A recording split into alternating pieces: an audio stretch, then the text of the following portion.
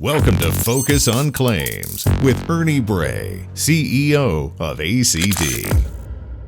Hey everyone, Ernie Bray here with ACD, and today I have a very special guest, Tom Gray from IV Auto. Now, IV Auto is a national auto salvage organization that's been around since 1983. They cover the whole country, and I wanted to have Tom on to discuss basically auto salvage. There's so much opportunity out there in the industry right now to optimize workflows, and they have a lot of exciting things going on. And welcome aboard, Tom. Thanks, Ernie. Glad to be here. Hey, so how you doing? You working from home these days? I can see there. We're all kind of... Yeah, we're working from home. I got a palm tree behind my shoulder here. Yeah, we're sheltering in place and all that good stuff. Yeah, these meetings like this are becoming such commonplace out there. I mean, like every Friday or every other week, I do a big, massive meeting on Zoom, and I got the whole panel of everybody on there. You can see all the all of our staff members, and it's a really cool way to connect. You know, it sure is. It sure is, and I think it's going to become the new normal as businesses move away from brick and mortar solutions. Yeah, so I think it's here to stay. Yeah, it's really exciting how to implement all this. So Tom, I know you've been in the industry for a long time, and tell us a little bit about yourself. I mean, how long your background? Well, I'm VP Market Development for IV Auto. I started out as a fast tracker for Hartford many moons ago. Licensed in 9 states, currently active in Florida, with around 30 years claims experience, primarily in the P&C arena. Yeah. Basically, from the time the phone rings until the lawsuit's settled, been there, done that, and all the services underneath it. I have an MBA, and I'm a Six Sigma Quality Black Belt. Right on. Yeah, I'm Six Sigma too. So yeah, that's some great stuff. Yeah, great stuff. Yeah, good stuff. Process improvement. That's what we're all about. That's exactly right. Well, I got a whole list. I got a bunch of paper here that I got for you. I don't want to overwhelm you, but for our listeners out there and for claims, executives and claims supervisors and managers in the auto side, I think there's a lot of opportunity, like I said at the beginning, to really focus on optimization of this salvage sector. And I think a lot of times that portion of the claim is often maybe overlooked. And go ahead and just jump in. Tell me a little bit deeper about what IV Auto really does. We operate in a concierge environment. It's a one-on-one environment. So if you need something done, you pick up the phone, you get it done immediately. You have a person assigned to you. We're a purchase company. We operate under a purchase contract. So you don't have to deal with any auction hassle or rebids or fees or sales commissions or any of those other things. We also provide instant bids that are guaranteed for 30 days, not just an auction value, but you can get an instant bid with us on a particularly nice piece of salvage. And as you said, the goal is to get everything upstream as much as possible. Where we see the opportunity is from the time the loss is reported. If we can get that total loss identified and assigned out, at FNOL complete or at warm transfer, you're talking big savings in terms of storage and rental costs. Storage in California, for example, can be over $100 a day. So just do the math. It doesn't take long for those costs to run up. So our goal is to get into the process as automated as possible and as upstream as possible as we possibly can. Yeah, that's a good point. DMV. Sorry to cut into you, but that's a really good point because I think a lot of times, wouldn't you say that salvage is sometimes seen more toward the end of the process? And when you're talking about getting it to the front portion, that's what I want to kind of focus on because what have you seen out there, how that can impact the claim? I've handled hundreds of total losses. I've had people who work for me to do total loss. This is an historic issue. Salvage and subrogation are always the last thing. After all the coverage is identified and all the injuries are handled and everything else, that car's been sitting in a storage yard for 30 days or longer. And so the costs in terms of ALA spend, expense spend, are just astronomical. And it's been an issue ever since I've been in the business. For the first time, I feel like because of the new automation, we have the ability to mitigate that a lot more than we ever have had in the past. Mm-hmm. Let me ask you a question on this. When we're talking about the capturing something from the first, part of the claim, Mm-hmm. The difference between IV Auto now, are these guaranteed bids that carriers can get and actually get that claim settled? Are they having to wait for salvage to sell at the salvage yard, or is No, they're not. No, they're not. Oh, With us, there's no auction, so there are no fees. There's no auction fees, no sales commissions, no towing. All right, and also there's another fee, which is the buyer fee. The buyer has to make a fee too, and guess what? When they pay a fee, they lower the amount that they may pay the seller.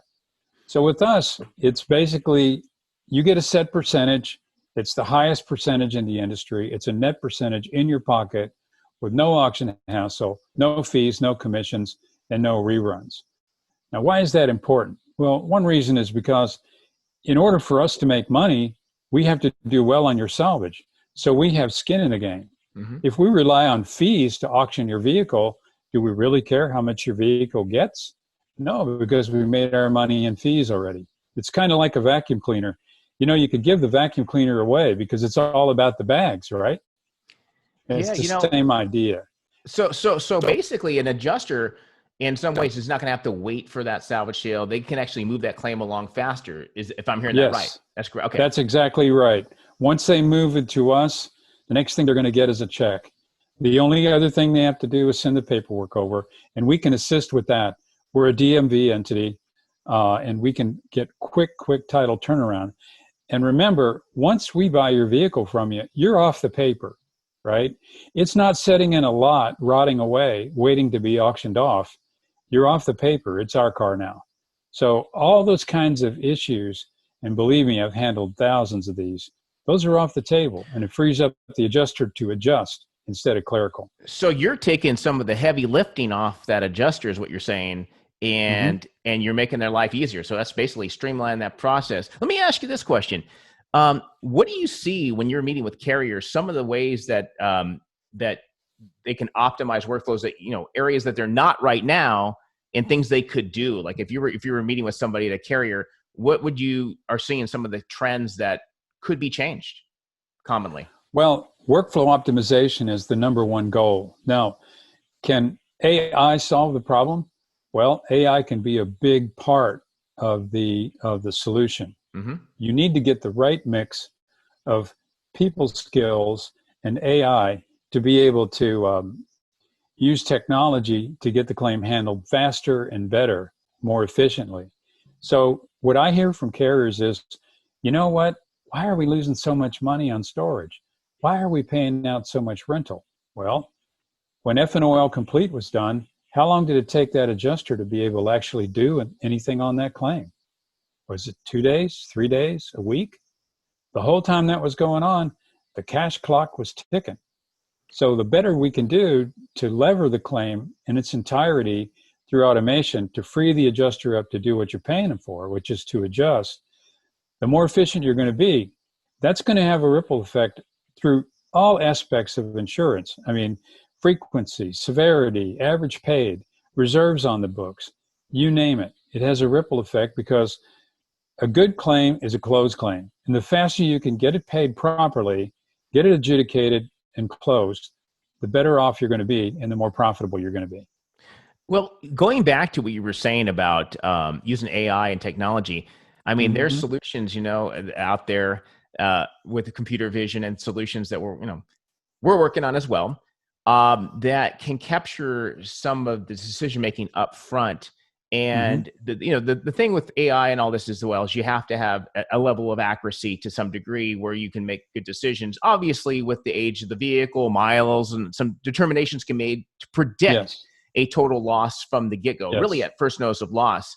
And I think a lot of carriers, I think that's an area, and tell me if you see this as well, that is currently not being addressed. I mean, I'm sure there's some questions being asked at the outset of the first notice of loss, but if you can capture that, you could really bypass so much of the claims process and really get it right to a facility. What happens in a situation, though, if a carrier wanted to be a little aggressive maybe and get that quick decision, and then maybe it's determined that maybe there was this mistake made and that vehicle was not a total loss? Or, I mean, how do you guys work in that aspect? That's something I was wondering. Like, if a carrier wanted to be more aggressive and say, hey, based on our computer vision or our decisions and our algorithms, that it is a total, does IV Auto pick that up, and then can something happen and say, okay, wait, actually, let's move that to a shop later on? Absolutely. We say, when in doubt, move it out. Okay. If you've got a cover, this is especially true with non-standard, and I'm working with one right now. If you have a material misrepresentation or some kind of a coverage issue, you can so focus on the coverage issue, and the whole time the car's sitting in the storage lot. So what we want to do is get that vehicle out of there instantly, even to the point of having your appraiser go to our yard to be able to look at it, right? Yeah. Now, if it turns out that coverage is provided, what's the worst that can happen? We tow it back, or we tow it to a repair facility of choice. But the point is to stop the clock on storage. Yep. And to have a clean process that's fee-free to maximize returns. Now, those are net returns, the money you put into your pocket. That's the goal. That gets me to another question I have for you. Data, metrics, reporting, that is so huge these days. And what are you seeing from carriers out there when it comes to the importance of data on, I mean, obviously, IV Auto, you guys, I'm sure, are giving, tell me about the data you give back and reporting. Are they getting trends? Are there things they can track as a manager? Tell me about that, the importance of your Yes. We got a robust reporting system, and we custom tailor what the leaders want to see, because it's different from one business model to another. You know, some things that might be critical to quality in one place may not be in another place. Our data are very, very granular, and they're available ad hoc. You don't have to, just get it once a month or anything like that. The bigger issue is, how do we lever AI and machine learning going forward? What can we standardize to make predictive analytics better? All right. Yeah. If we have experience, it's a function of the X's, right? We write product, we underwrite product, we use actuary for that product. We produce frequency, right? Frequency, 1 point of frequency is 5 points of severity to the loss ratio. So if we use analytics, predictive analytics, we can get a handle based on our historical data, what those are, that function of the X's, and what we get is a Y output that says, in the future, based on PIF, based on this program that we've been doing in the past, here's what we should see for risk experience, for rate, for average pay, for severity, and most importantly, for paid loss ratio, so that we don't have to go get rate in such a competitive market, especially if we're a non-standard book. We have to be top 5 on the radar, or it's a real challenge. I was just thinking about something here. You were talking about, when we talked about the upfront portion of it and how we can you guys, get some data together for a company? Let's say you were dealing with a carrier, non-standard, maybe a traditional carrier, and maybe provide them some consulting on how aggressive they could be on the early tow decisions. Like, do you have any ability to make any algorithms up to help them and guide them on how they could make some decisions early on that first notice of loss? Because that's really something I've been really interested in ACD here, is how we can help the carriers through our partners. How can we help them make those better decisions? And how do you guys work in that area? Well, we're here to help carriers make better decisions. Just as simple as that. We provide the data to do that. Better decisions can be a complex term. The point is to get the vehicle moved out of there as soon as possible, and then look back at our historicals to see if we can adjust our relationship to do better for you in the future. So it's an ongoing process. What would you say? I mean, I don't know the answer on this. We've talked to hundreds of carriers. Would you still say there's a considerable amount of carriers out there that don't really have a focus on the front end like this, and they're just simply taking the claims in and not really making any decisions? Is there a lot of carriers that do that still? I speak to people all day long, and by and large, what I hear is the same thing. Why can't we identify these vehicles as totals upstream in the process and get those things moved out of there? Why can't we do that? All right. That's the number one thing that I hear all the time. So our focus is to be joined at the hip with a carrier to say, The minute you know that vehicle is a total loss, or if you suspect that vehicle to be a total loss, even if it's a constructive, if it's a 20-year-old vehicle and it's got a dent in the fender, chances are it's a total loss. Get it out of that storage facility. True, work on the coverage, work on all the issues, adjudicate the claim, but get it to a storage neutral facility where you don't have to pay fees, you don't have to pay commissions, and you don't have to worry about it, so you can get about the business of handling the rest of the claim. Yep. Makes total sense. Makes total sense. So, I mean, if talking to a carrier, what would you say right now in a sort of an elevator pitch of like, what are like two or three things that you would say, this is why IV Auto would be the company you would want to choose to help streamline operations? Like what are your guys' key things that separate you feel about? We don't charge fees. We don't charge sales commissions. We don't charge storage for the first 180 days. We don't charge towing. Okay. Yep. We do provide our clients with a one-on-one relationship. We don't have brick and mortar facilities all over the country that we have to pay for and then pass that cost along to the carrier. We don't have highly vertically integrated organizational charts where we pay a lot of salary and benefits. We keep it at the ground level so that we can keep costs low, right? And those savings we can pass on to our clients. We guarantee the values because remember, we're purchasing the vehicle under a purchase contract. It doesn't matter what the condition of the vehicle is, you get the guaranteed rate, okay? Because we know that over the number of cars you have, some of them are going to be bad, some of them are going to be good, and it's up to us to get them sold and to turn a profit on what we sell. Yeah. Let me ask you this. So what kind of companies are you currently working with? All sorts of companies, TPAs, any self-insureds, or like what kind of the market is basically your guys' niche? Or who do you guys work with? Yes. In a nutshell, yes. We work with floor plan companies, GL, where dealers have hail losses and cat losses. Oh yeah. We work with P&C companies, non-standard companies. I was in Hurricane Michael about a week after, walking around a Ford lot up in Panama City Beach, videoing cars that we made a bid on all the cars in inventory. Okay. Yeah. So trucking companies, tractor trailers, heavy really? equipment. I didn't know that. Tractor trailers? Oh yeah. Okay. We bid one 2 weeks ago that had a trailer full of swing sets, and we sold the swing sets.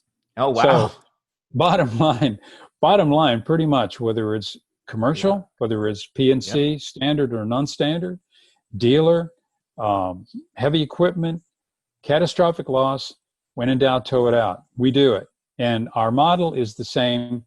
It doesn't change. The only thing that is different is on a commercial loss, storage costs can get really high. So we make sure to call first to coordinate with the adjuster prior to picking that salvage piece up. Wow. Okay. That's great. That's great. So I know at ACD here, we've been working on, adding more partners to our platform. That's been our big push. And, we have plans on integrating the IV Auto solution into our platform. And we're really excited about that, pushing our technology, utilizing a lot of these things. And on your end over at IV Auto, what are some exciting things that you guys have on the horizon coming out that if you want to share it? I don't know if it's secret, top secret or anything, but feel free to, divulge anything that you feel that really is exciting coming out on your end. Sure. We recently deployed a brand new software platform. It's a lot more robust, a lot more intuitive. Yep. We're working all the time with our dev team to enhance that functionality. We want to get as many steps in the process automated as possible so that we can shorten our cycle time. When we shorten our cycle time, people get paid faster, right? Yep. So what we're trying to do is have task alarms, for example, where we have a task to notify an adjuster, hey, this car has been out on the yard for more than 3 days. What do you want to do? Or has been in open status for a long time. We're pending a piece of paperwork of some sort. In other words, to really work closely with the adjuster and lever automation so that there are no surprises. There's not 100 cars sitting somewhere in a lot where you owe $100,000 on storage that you didn't know about, for example. Exactly. So it's all about laying the groundwork and then automating up as much as we can, as much as it makes sense to bring the best value we can to our clients.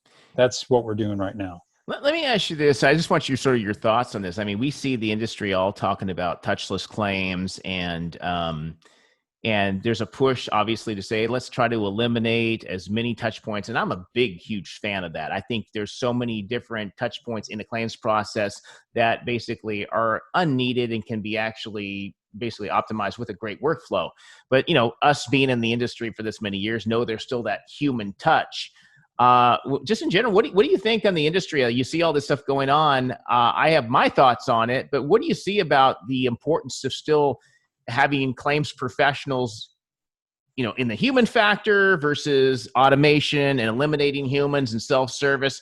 What do you see, and like where adjusters still fit in, or even that human touch? Just sort of, I know it's kind of a general question, but what do you see how the industry's going in that aspect? Well, I think the point to me is touchless claims, but we want to touch the right things, right? Mm-hmm. So if we can use Autobot, for example, in a real Q&A experience to facilitate better claim service, that's great. If we can automate things like fender benders, fast track claims, I hit my mailbox, all that's happening, okay, and that's important. If we can make it so that as a policyholder, I can get a reliable estimate on my own and then work with the carrier to get that thing paid within hours instead of days, those are all good things. Now, if someone hits someone and there's a fatality, we need human involvement. Yep. Today we do. If you get a letter of representation from Dewey, Cheatham and Howe, attorney at law, you need human involvement.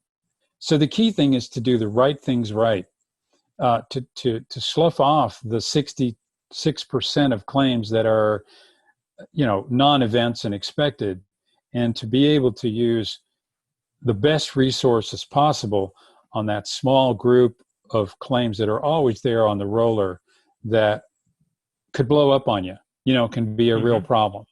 And that's the key thing. Someday, maybe we'll have intelligence enough, to where all those conversations will be handled by machines in the cloud. I don't know. But the point is, as an adjuster, give me more time to be able to do what I do to mitigate a large loss, and take that other stuff away from me so that my phone isn't ringing off the wall. I need more rental. I need a new part. And I can concentrate on those kinds of claims. And that's the right mix. How are we going to get there? It's going to happen, right? Yeah. But I mean, it's going to happen. Yeah, I mean, that's kind of sort of in line exactly with kind of what I'm a believer. We call it at our company, call it sort of instead of touchless claims, touchless triage. We're trying to make sure you're putting the right claims into the right hands for the right outcome. You don't want to overgo, see this shiny new object and you go, hey, I'm going to do everything by photo estimating at the expense of, like you were saying, putting the human touch in claims that actually need it. You got to put the right claims into the right hands. Yeah. One little box that you check off in FNOL that says fatality ?